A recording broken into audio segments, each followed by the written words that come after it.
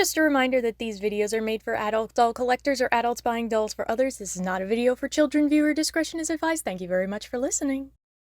Hello internet, my name is Kelsey and welcome back to my closet. Finally, some good news. I have been trying to find a way to do a news video for a while now. First, there was just a dry spell, and then when all these things started popping up, they were all people who had gone to toy fairs, so it was kind of like, it's not really the kind of content I usually use for a news video because it's all over the internet. I like to show you guys things that maybe no one else is showing you yet. And at last, we are starting to get some leaks for things that are coming in 2024. Or at least that's my assumption, since I doubt most of this stuff is going to come out for the holiday season. And mostly we're going to be focused on Rainbow and Monster High. And because of that, this is going to be a very polarizing video. Because on the one end, we have some really cool, good stuff. And on the other, well, you'll see. So let's start, we're going to start kind of low, and we're going to work our way up to the good stuff. Beginning with these weird 2-packs from Rainbow High of Bella and Stella with their junior high counterparts. Now, the working theory about why these are coming is that this is dead stock that they're trying to repurpose. My thing is, if it was dead stock alone, what makes you think that you're gonna sell it together? Because I don't see that happening. Also, in universe, this is like a major paradox. You mean one of those things that can destroy the universe? Precisely! For those people who don't know Rainbow High that well, you'd probably think this was a big sister, little sister thing, but no, I don't know. It's really weird. I don't think these are gonna do too well, but I don't want to spend too much time talking about them. The real juicy meat of the Rainbow High news comes from MGA's LinkedIn. And dearly beloved, we are gathered here today to mourn the loss of Rainbow High. But seriously? I mean, I've been saying this now for months. Ever since Series 5, I've been saying that Rainbow High is on the decline. If you didn't believe me before, I hope you believe me now. First of all, let me point out, there is not one single shred of Shadow High anywhere here except for the dolls that have already come out. So we can just assume that they're gone for good. Poppy is nowhere to be seen, so I guess she doesn't exist anymore. And then we have the dolls themselves. So let's start with the junior high sleepover line. Now, originally in the lineup that we looked at a few videos ago, I thought Jewel was supposed to be in this line, but I guess she got replaced by Skylar, which is fine, you know. I mean, Skylar's not really one of my favorites out of the characters. I've never connected with a Skylar doll ever, really. So, I mean, whatever. She can be there if she wants to. But her inclusion does not help this line. The pajamas here are just not very Rainbow High. They're pajamas. I'm sure they are well made and nice materials, but they're not Rainbow High pajamas. Not compared to the Slumber Party dolls from 2021 or whenever that was. They managed to do it in a way that was fashionable and fun and fancy, and these are just pajamas. I think the most interesting ones are probably Bella's, because she's got a Barbie cutie reveal thing going on. It looks like she's in a bear onesie or something. She even has an ear headband. And then probably Sunny, because most of Sunny's designs that she's ever had, I just feel like she has a lot of personality always. Even when they didn't quite hit the mark on her Decora Kawaii thing that she's going for, they still made it feel like Sunny. I'm hoping that when we can see a better detailed picture of this doll, that she'll still give me that vibe. But silhouette-wise and just in general, it's not that special. They've lost the flair that Rainbow High once had. The one positive thing that I can say is that they are continuing with making new accessories that we don't have yet, which I'm sure could be used for full-size Rainbow High dolls as well as the junior high dolls. I mean, Violet comes with a whole freaking pizza. And that's pretty cool because we really don't have any Rainbow High food, but are the accessories worth getting these dolls? No. But compared to this next thing, the pajama dolls are not so bad. Now, I know that these are slim box dolls.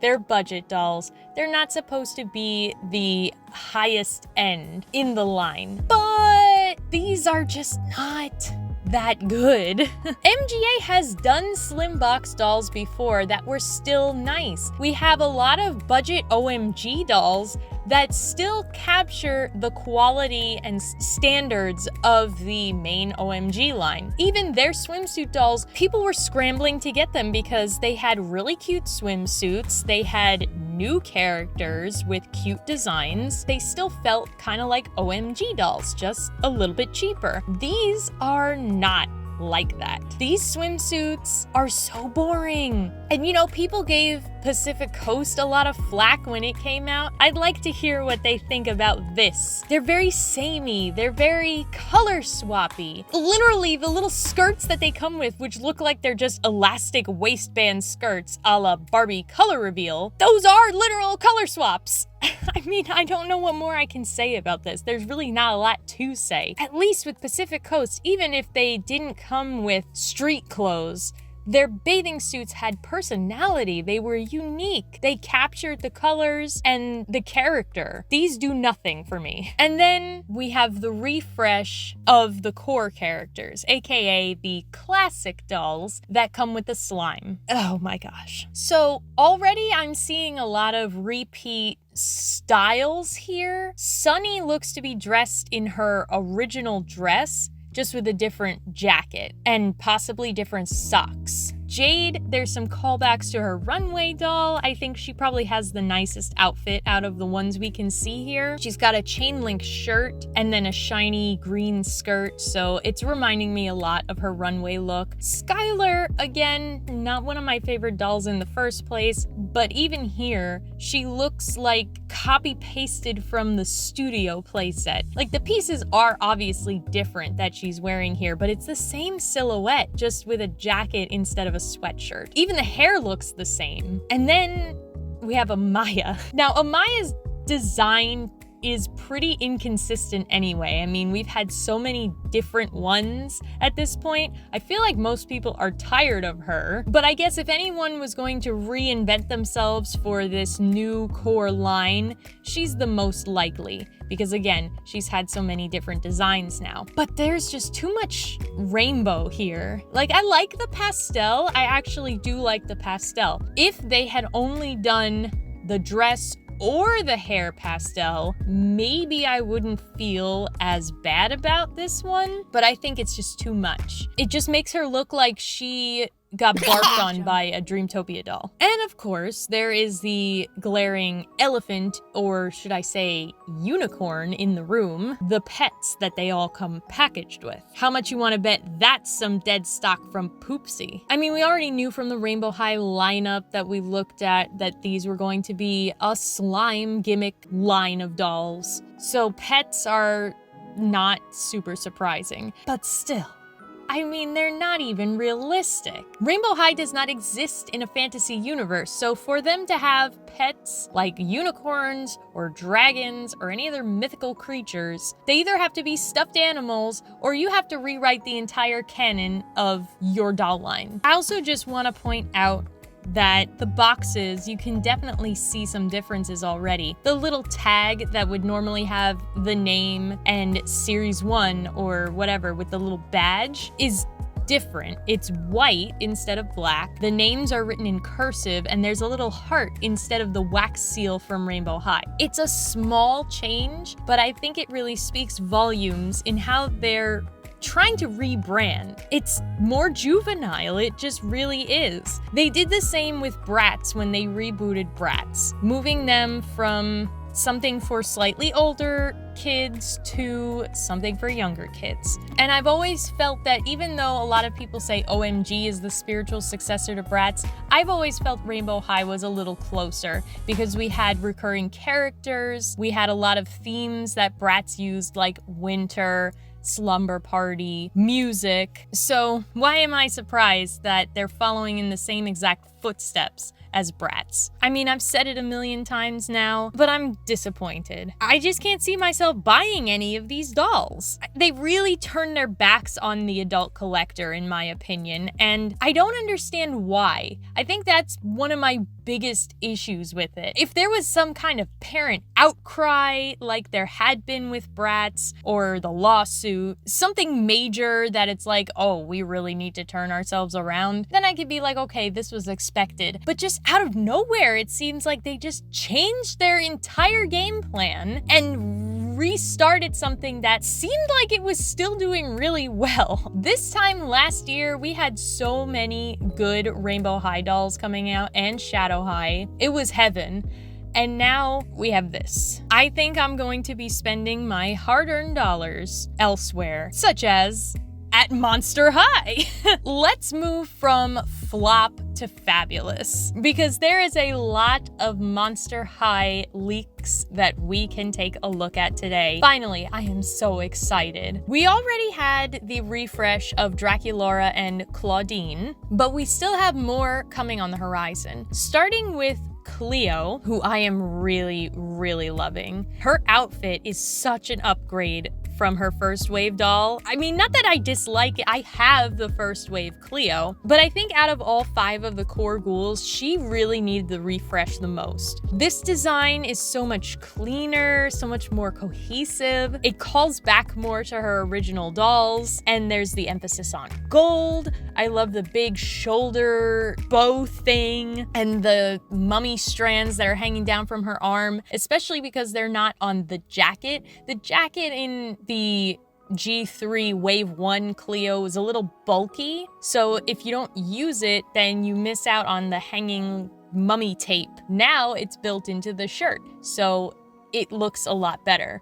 I really, really like this. I might have to replace my other Cleo with this one because she's really cool. I also love the new accessories that she comes with. She's got a parchment scroll, a scarab backpack that actually looks like a backpack somebody would wear instead of just a giant pyramid. His set is back. Even her hairstyle looks better. It looks like she has a couple of hair accessories. Maybe if we're lucky, it'll be Saran, although I can't get my hopes up that high. But I am looking forward to seeing better pictures of her. She is really nice. I really, really like her. We also have some sneak peeks at the refresh of Frankie and Laguna. Now Laguna, I don't know what's going on with her MC Hammer pants, but at the same time, I'm kind of liking this boho hippie thing that they're doing for her. Yet at the same time, out of all the refresh versions, hers is probably the least different from the original one. But that's okay, because the places where it was changed enhanced the original idea, because I did like Laguna's original design, that athleisure thing. That's one of my aesthetics that I don't talk about as much as others, but I do really like athleisure on dolls. But this one kind of takes that and then adds the boho to it, which is a combination you wouldn't normally think of. I'm kind of liking that. I think that it's different and yet the same. And then there's Frankie, who's just chef's kiss. I love the black lipstick. I love the color block jacket. Just all over loving this lean into a darker color scheme for them. The Frankies we've had so far have been great. You know, I really love the coffee break Frankie, which is the one that I have. I liked Iridescent Frankie, Amped Up Frankie, even though I never got them. But Frankie's colors are very bright in G3. I feel like the original Frankie was a little more subdued. Even though there was a lot of primary colors, it wasn't in your face as much. So I'm liking that we're bringing in some black with pops of color. I think it works really, really well for them. Again, maybe another replacement on the horizon. That, or possibly the welcoming committee Frankie, who I haven't gotten a chance to talk about yet, but I don't really see a lot of people mentioning them, so I'm gonna talk about it now, even though the picture's kind of old. This one is also really cool. Another black lipstick Frankie, which I'm totally down for. Put black lipstick on a doll and I'm gonna go nuts. But they also have a really cool trans and pansexual flag theme going on. under the black and white. Really like a subtle, and yet it's definitely their way to express that about Frankie. And I really like both of these new Frankies that are coming out look fantastic. And then besides the refresh dolls, we also have some new core character dolls that are coming out. Firstly, Catty Noir. She's probably my least favorite out of all the ones that are coming out. I do like the curvy body, and her face is cute. And of course, you know, I'm a cat person. I love a good cat. The bow shoulders, though, they're not working for me as much as they work on Cleo's refresh doll. They're a little bit too big. I don't know, maybe if they were gone, I would like this outfit more, but I'm not vibing with her very much. Spectra, on the other hand, yes, she basically is the G3 version of the Midnight Masquerade Haute Couture doll that's coming out, but I'm not mad about that. That means I can get that look for significantly less money. And honestly, I like her G3 face better than the G1 face. I've always gone back and forth about Spectra because I don't like her G1 face, but I've always liked her aesthetic and her purple color scheme, of course, and the clear feet that she has because she's a ghost. I've always liked that, but I've never connected with a face enough to buy one. Now she's got a G3 face, but still pretty much the same aesthetic. So I'm down with this Spectra. Probably going to get her. And then finally, we have Venus McFlytrap, who is another character that I've gone back and forth a lot about getting. Never pulled the trigger. But I think this version is a really nice, faithful adaptation. I love that they gave her braids, first of all. I love the molded vines on her legs. I think that's a really nice touch. She's got vines crawling up her shoes, which is cool. Overall, I really like her. My one critique, and this is a me thing, not so much saying that it's a bad thing, I would have liked to see a little bit more contrast in the green of her skin versus the green of her hair. I think it's very samey. I would have liked to see her skin be slightly lighter. Just a little bit. But otherwise, I like her a lot. I think they're doing a really fantastic job with G3. You're probably gonna see a lot of Monster High from me in the coming year as far as unboxings go, because with the state of things for Rainbow High, I can't call them my favorite doll line anymore. I think Monster High has superseded them because I'm loving what they do design-wise, and Rainbow High is just disappointing me. So, official declaration, Monster High, my new favorite doll line. Don't at me. So anyway, I hope you guys enjoyed the video. I know I was a little bit spicy at the beginning, but as I always say, on this channel, I'm sharing my opinion. I respect all of your opinions, I really do. So if you disagree with me, that is 100% okay. I'm just telling you how I feel, and I want everyone to feel safe in sharing their thoughts in the comments down below. Let me know what you think of everything. Even if you disagree with everything that I said, I still accept you. Anyway, thanks so much for watching the video. If you liked it, give it a thumbs up, subscribe to the channel, share the video with your friends, and until next time, bye!